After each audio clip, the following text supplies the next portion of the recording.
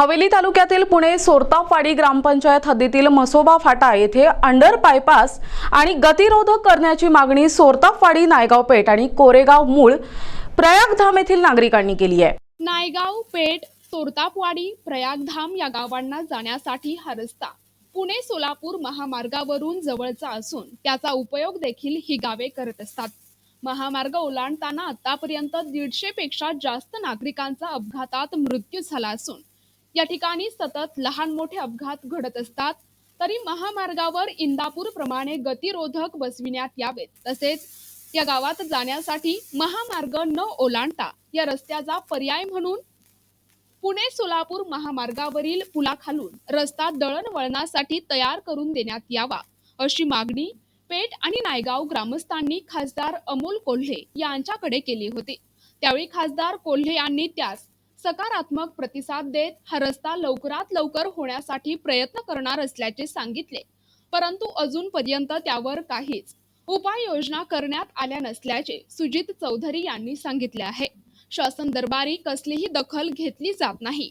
वेळोवेळी पेठ ग्रामपंचायतच्या वतीने पाठपुरावा करून देखील प्रशासन मात्र मूग गिळून गप्प आहे। त्यामुळे लवकरात लवकर त्या ठिकाणी गतिरोधक बसवावे आणि पुलाखालून रस्ता तयार करण्यात यावा, अन्यथा पेठ ग्रामपंचायत आणि परिसरातील गावातील नागरिकांना घेऊन येत्या 15 ऑगस्ट रोजी रास्ता रोको आंदोलन करण्यात येईल, असा इशारा सोरतापवाडीचे सामाजिक कार्यकर्ते सुभाष कड यांनी दिला आहे। या ठिकाणी अंडरपास पूल करणं किती गरजेचं आहे आपण पाहिलेलंच आहे। सर्वांनी नागरिकांनी वेळोवेळी मागणी करून सुद्धा मागच्या 5 वर्षात सुद्धा अमोल कोल्हे खासदार असताना या ठिकाणी वेळोवेळी मागणी केली होती। त्यांना सोरतापाडी ग्रामपंचायत असेल, पेठ ग्रामपंचायत असेल, नायगाव ग्रामपंचायत तर्फे वेळोवेळी मागणी केली होती। अंडरपास साठी गतिरोधकसाठी मागणी केली होती। आज पुन्हा अमोल कोल्हे संसदेत गेलेले, खासदार झालेले, त्यांचे अभिनंदन। परंतु आमची एक छोटीशी गोष्ट त्यांच्याकडून होईना, ही एक शोकांतिका आहे। त्यांना अंडरपास ब्रिज करता येणार आज 6-7 वर्ष झाले नागरिकांची ग्रामस्थांची मागणी आहे या ठिकाणी अंडरपास ब्रिज करण्याच्या। आज ऍक्सिडेंटचं प्रमाण आहे मोठं या ठिकाणी, वाढतं नागरीकरण असेल, शहरीकरण असेल, वाढती ट्रॅफिक समस्या असेल, ऍक्सिडेंटचे प्रमाण एवढं वाढलेले आज तुम्ही बघताय। सर्व गाड्या किती स्पीड मध्ये असतात किंवा डिवायडर मधून रस्ता क्रॉस करायला एक 10 ते 15 मिनिटाचा कालावधी त्या ठिकाणी जातोय। त्या 10 ते 15 मिनिटात काही होते, गाडी एवढ्या स्पीड मध्ये अक्षरशः लोकांना चिरडून जातात।